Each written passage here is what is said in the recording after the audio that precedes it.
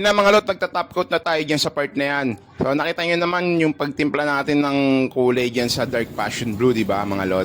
Yan, tinimpla natin yung dark passion blue, tapos ibinug ako na yan sa base color na black. Ayan, ngayon, tapos ngayon, top coat na tayo mga lot. So pagkatapos niyan mga lot, papakita ko sa inyo yung kalalabasan ng dark passion blue. Tapos dalawang kulay nga pala yung mga lot, meron pa yung chameleon white. So mamaya ipapakita ko na sa inyo yung dalawang kulay na ginawa natin yan sa Honda Click.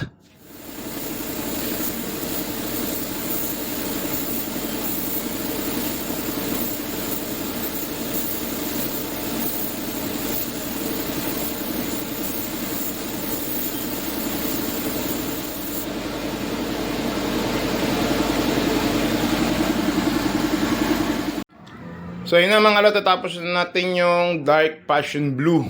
Ayan, so makikita nyo yun na. Diba? So lapitan natin yan mga lot para makita natin. Yan no. So ito yung dark passion blue naman natin mga lot. Ayan, tapos na yun, nakita nyo na yung moonlight blue. So ito dark passion blue. Ganda ng kulay din no. Ayun, may chongo na namang nagpapakita. Ayan o, may chongo. May kulay pa yung bukam. So, ayan na yung dark passion blue.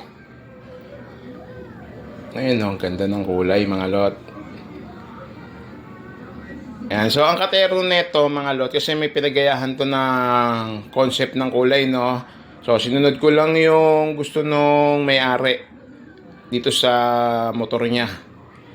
So, magiging kulay ng motor niya. So, yung alterno nito, chameleon white. So, mamaya papakita ko sa inyo yung chameleon white. Nagiging yan. Tapos, yung side skirt niya, kasama din. Yan. Diba? Ang ganda ng kulay niya. Yan, nagiging itim. Hintayin mo natin itong makabit. Makita natin. Kabuuan nito.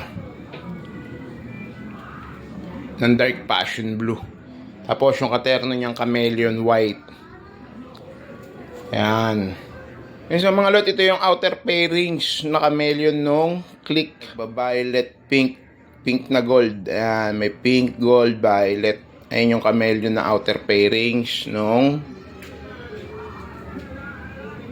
Click. Ayan, so